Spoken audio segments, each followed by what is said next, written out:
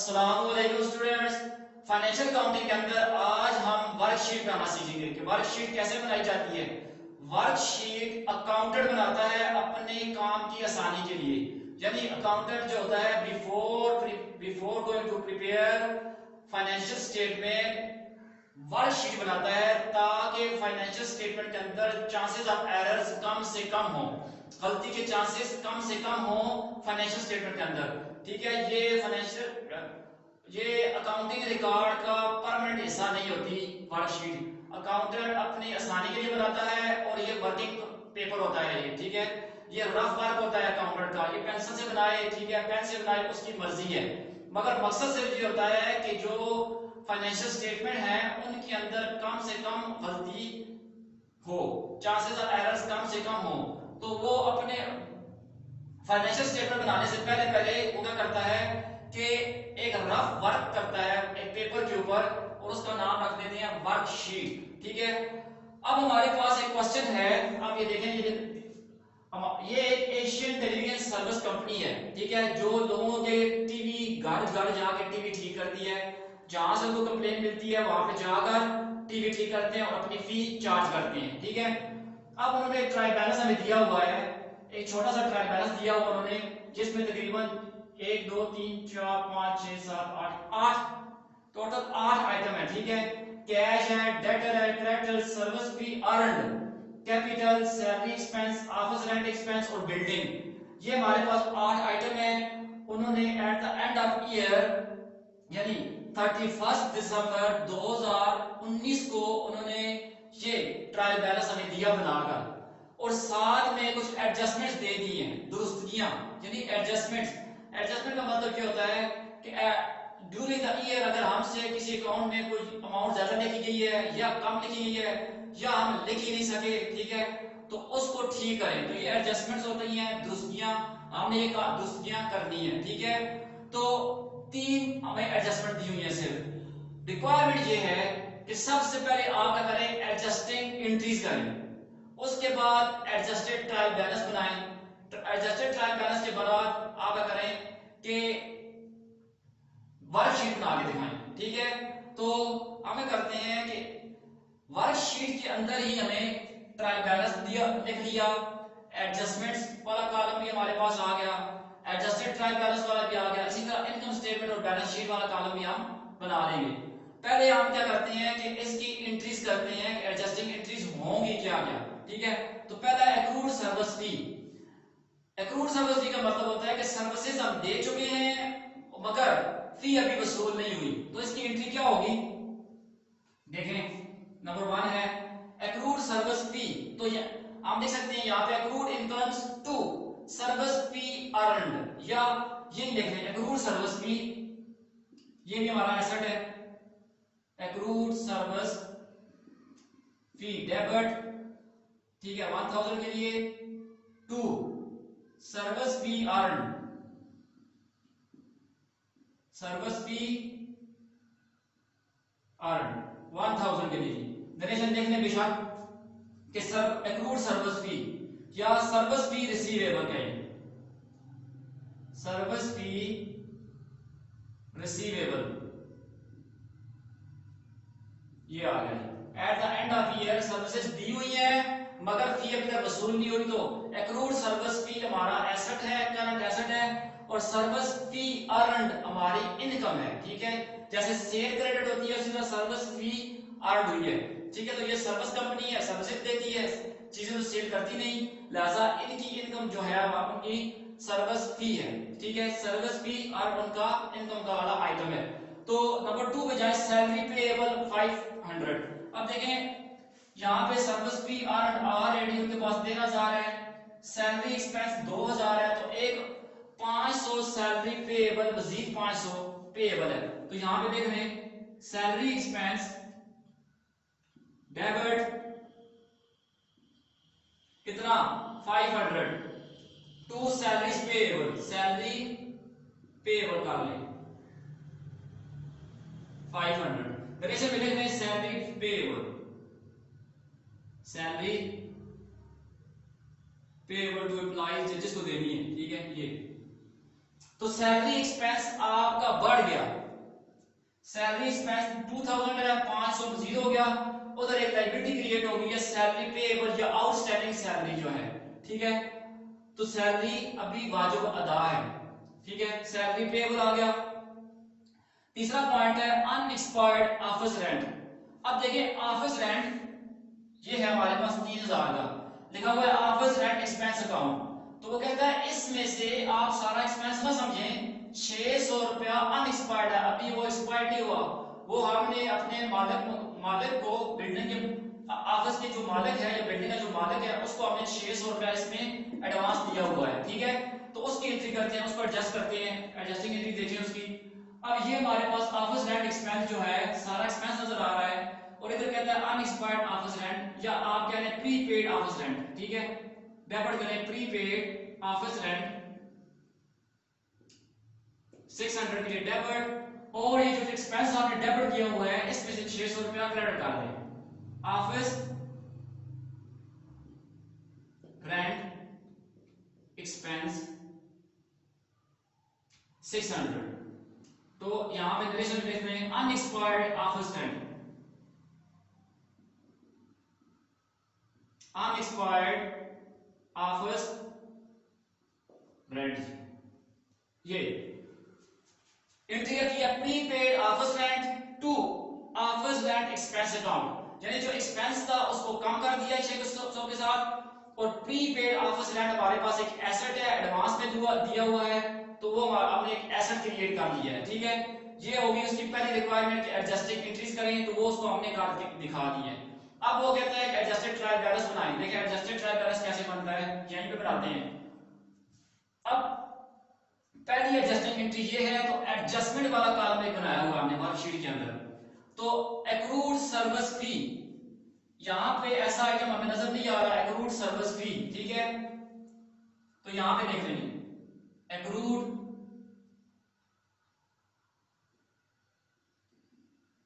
Service fee, ठीक है, कितनी है, पॉइंट नंबर 1 है ना, एडजस्टिंग 1 है, तो एक्रूड सर्विस फी 1000 है, डेबिट हो रही है, एडजस्टमेंट वाले कॉलम में है, यहां पे 1 के साथ लिख रहे 1000, ठीक है। और उसके साथ दूसरा आइटम कौन सा है, सर्विस फी अर्न्ड 1000, तो सर्विस फी अर्न्ड 1000 क्रेडिट हुई है, ठीक है। तो ये 13000 की सीट में यहां पे पॉइंट नंबर 1 और यहां पे 1000 एडजस्टमेंट वाले कॉलम में ये लिख दिया है। इसी तरह पॉइंट नंबर 2 है हमारे पास एडजस्टिंग एंट्री 2 जो है सैलरी एक्सपेंस 500 डेबिट हुई है, तो सैलरी एक्सपेंस ये ट्रायल बैलेंस में 2000, एडजस्टमेंट वाले डेबिट, एडजस्टमेंट में डेबिट वाले कॉलम में आए तो यहां पे लिखें 500, तो यहां पे पॉइंट नंबर 2 साथ लिख लें, ठीक है। इसके साथ दूसरा जो उसका पहलू है वो है सैलरी पेएबल, तो यहां पे सैलरी पेएबल का आइटम नजर नहीं आ रहा, तो यहां पे लिखें सैलरी पेएबल कितनी क्रेडिट होगी, एडजस्टमेंट वाले क्रेडिट वाले कॉलम में आए यहां पे 500, और साथ यहां पे 2 पॉइंट लिख लें। 3 नंबर एडजस्टिंग एंट्री है प्रीपेड ऑफिस रेंट, यहां पे नजर नहीं आ रहा आइटम, तो यहां पे लिख लें प्रीपेड ऑफिस रेंट, ठीक है। डेबिट हो रहा है, एडजस्टमेंट पे डेबिट यहां पे कितने के साथ 600 के साथ 600, पॉइंट नंबर 3 आ गया, ठीक है। ऑफिस रेंट एक्सपेंस अकाउंट 600, तो office rent expense account 600 credit हुआ है, ये डेबिट है, तो इसकी सीट में क्रेडिट में जाए तो यहां पे 0.3 600, ठीक है। आप इन दोनों साइडों का टोटल कर लें,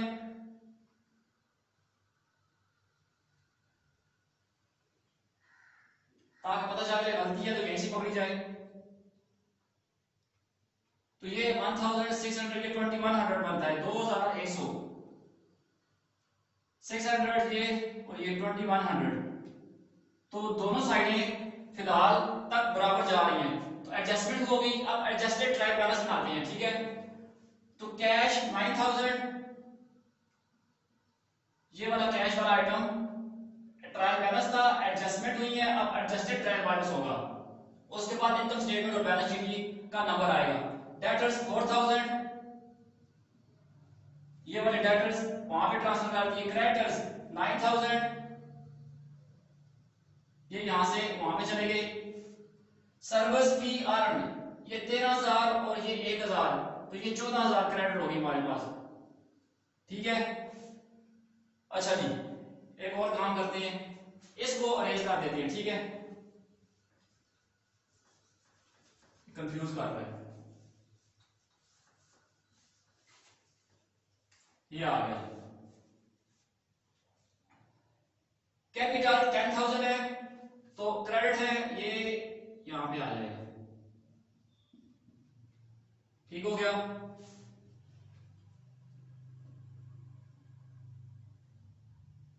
ये आ गया 10000।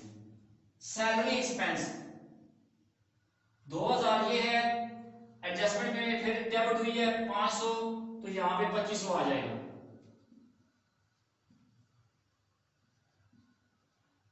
ठीक है, ये 2500 आ गया। फिर है office rent expense 3000 debit, trial balance में नजर आ रहा है, एडजस्टमेंट में 600 क्रेडिट हो गया। ठीक है, तो एडजस्टेड ट्रायल बैलेंस में 2400 का हो गया। इसका क्या मतलब है, मतलब ये है कि 6000 3000 जो हमने दिया था उसमें से 600 भी अनएक्सपायर्ड है। एक्चुअल सन 2019 का जो खर्चा है ऑफिस रेंट का वो 2400 है, तो वो एडजस्टेड ट्रायल बैलेंस में आफ्टर एडजस्टमेंट ये 2400 एडजस्ट हो गया, आ गया। ठीक है, आगे बिल्डिंग है तो 5000 की है, यहां पे 5 लाख लिख लें, ये काम खत्म। अब एडजस्टेड ट्रायल बैलेंस है, तो ये एक्रूड सर्विस फी 1000 डेबिट हो रही है, तो यहां 1000 इसकी सीट में। इसी तरह सैलरी पेएबल क्रेडिट हो रही है, तो यहां पे प्रीपेड ऑफिस रेंट 600 ये आ गया। अब दोनों साइडें बराबर, हमने इनको प्लस करना है आपस में, तो ये प्लस करते हैं 9000 प्लस 1400, 14000, 10000 और 500, 10000 प्लस 500, तो ये हमारे पास आया है 33500। 33500 ये हमारे पास एक क्रेडिट साइड आई, आपने इसका पहले टोटल कर लिया। इसका टोटल करते हैं, कितना आता है 9000 प्लस 4000 प्लस 2500 आ गया, 2400, 5000, 6000 और 6600 कर लेते हैं। ठीक है,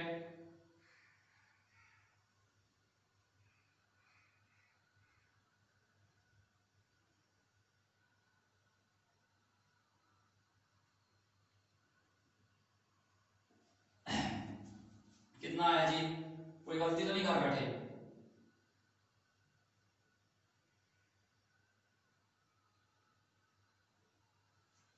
फिर देखिए इसको, 9000 plus 4000 plus 2500 plus 5000 plus 1000 plus 600। Calculator में कोई गलती हो गई, मसला आ गया। ठीक है, तो 9000 10000, ठीक है, 10000 है हमारे पास, 19000 और 19000, 2500, 2400 और 600, तो ये हमारे पास आ गया 0 0 0। ठीक है, 15 1 10 4 14 2। कोई गलती कर बैठे हैं जी? ठीक है, कहीं पे कोई एरर आ रही है हमारे पास जो हमें नजर नहीं, समझ नहीं आ रही।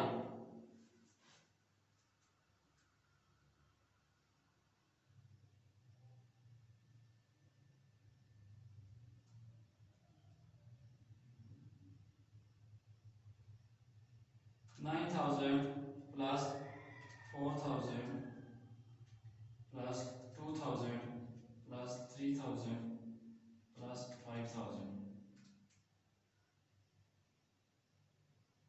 5000, ठीक है। हाँ यहाँ पे गलती हुई है, -3200, ठीक है। 9 और यहाँ पे हमारे पास कैश 13,000 है, ठीक है।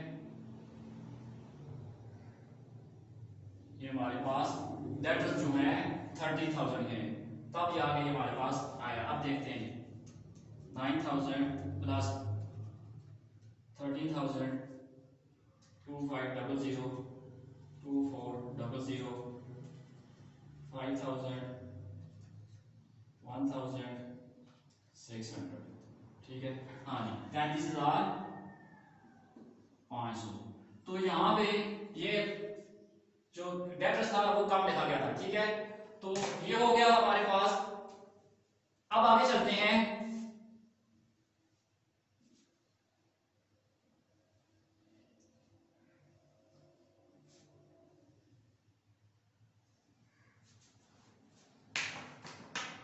तो ये इनकम स्टेटमेंट है हमारे पास, यहां पे लिखते हैं इनकम स्टेटमेंट,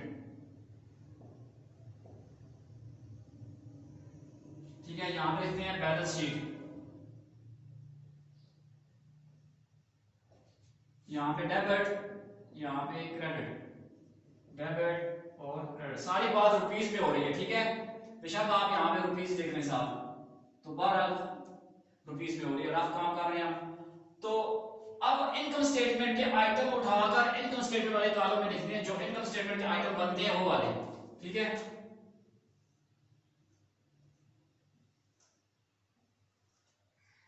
चलो जी, कैश बैलेंस शीट का आइटम है, डेटर्स भी, क्रेडिटर्स भी, सर्विस भी अर्न्ड, ये इनकम स्टेटमेंट का आइटम है, ठीक है।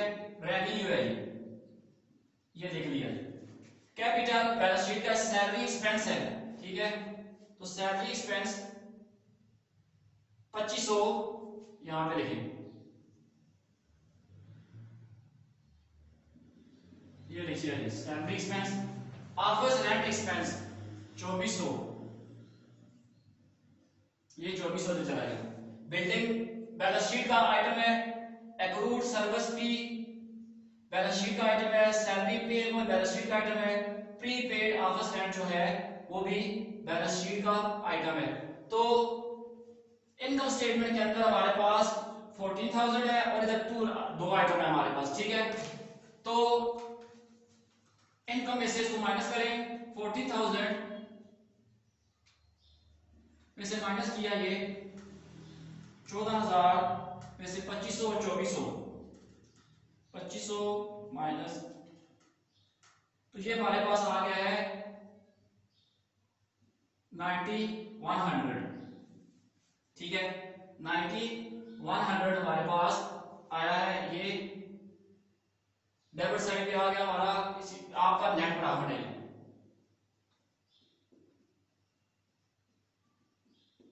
ठीक है। नेट प्रॉफिट आ गया, दोनों साइडें आपकी बराबर आ गई।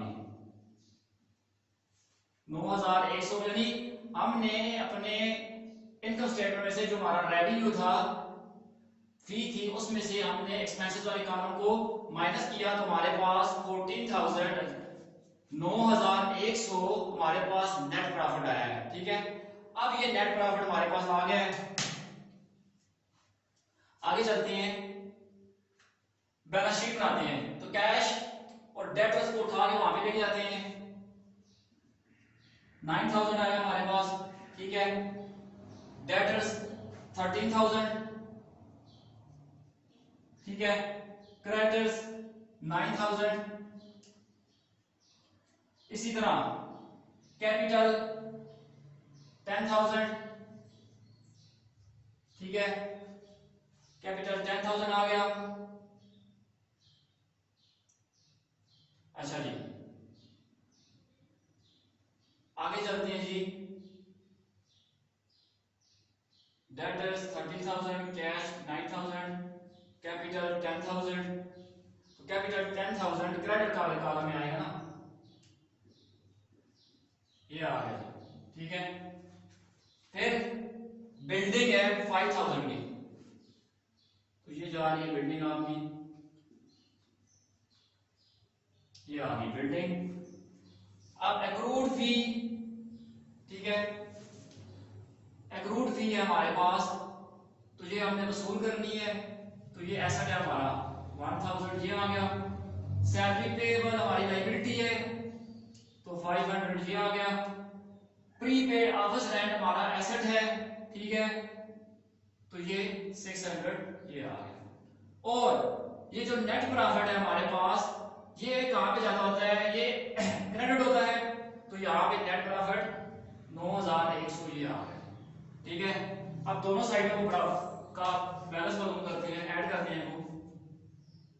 9000 प्लस 10500 प्लस, तो ये साइड आती है 28600 की, बैलेंस शीट में आती है 28600 की। और इसको देखते हैं 9000, 13000, 5000, 1600, तो ये आ गया जी 28600। तो बैलेंस शीट के अंदर जो बैलेंस शीट के आइटम थे वो हमने लिखे, और ये जो प्रॉफिट था हमारे पास, नेट प्रॉफिट उठा अगर हमने क्रेडिट वाले कॉलम में लिख लिया, क्योंकि कैपिटल वगैरह सारा उधर ही आता है हमारे पास, तो वो लिखा। तो बैलेंस शीट के देखें, ये हमारे पास 9000 का क्रेडिटर लायबिलिटी में पड़ा हुआ है, लायबिलिटी साइड पे अपना कैपिटल पड़ा हुआ है, ये 500 हमारे पास लायबिलिटी साइड पे सैलरी पेएबल पड़ी हुई है, ठीक है, 500 की। और इसी तरह नेट प्रॉफिट क्योंकि कैपिटल में ऐड होता है, तो यहाँ पे इस कॉलम में लिख दिया हमने। तो ये टोटल बन गया 28600, यानी 28600 रुपया ये आ गया, और डेबिट वाले कॉलम का भी 28600 आ गया। तो ये चीज, ये जो रफ वर्क है सारा, ठीक है, ये एक वर्किंग पेपर के ऊपर अकाउंटेंट पेंसिल से बनाता है या पेन से बना लेता है, ताकि जब वो फाइनल अकाउंट बनाए, यानी इनकम स्टेटमेंट और बैलेंस शीट बनाए, तो उसमें उसके पास से गलती के चांसेस कम से कम हो, ठीक है। अब वो आराम से इनकम स्टेटमेंट और बैलेंस शीट अपने पास बना सकता है, ठीक है, अलग से करके, जैसे हम बनाते होते हैं, या trading profit and loss account या बैलेंस शीट वो आराम से बना सकता है। तो चांसेस ऑफ एरर का उसके पास कम से कम होंगे, क्यों कि गलतियां देखें यहाँ पे जो हम उससे हुई, उसमें वो यहीं पे पकड़ लेगा, ठीक है, ज्यादातर यहीं पे चांसेस है कि वो पकड़ लेगा, ठीक है। तो बैलेंस शीट और इनकम स्टेटमेंट में चांसेस, गलती के चांसेस कम से कम होंगे। तो लिहाजा ये एशियन टेलीविजन सर्विस की वर्कशीट हमने बनाई है, ठीक है, और उसको बनाने का तरीका देखा है कि 10 कॉलम होती है, ट्रायल बैलेंस के दो, एडजस्टमेंट के दो, एडजस्टेड ट्रायल बैलेंस के दो कॉलम, इनकम स्टेटमेंट और बैलेंस शीट के दो कॉलम, ये 10 कॉलम की हो गई। एक ही कॉलम हमने बना लिया आइटम का अपनी आसानी के लिए, ठीक है। तो उम्मीद है कि आपको वर्कशीट वाला काम करना आ गया होगा कि वर्कशीट कैसे बनती है और कौन बनाता है, वजह क्या होती है इसको बनाने की। शुक्रिया जी, थैंक यू।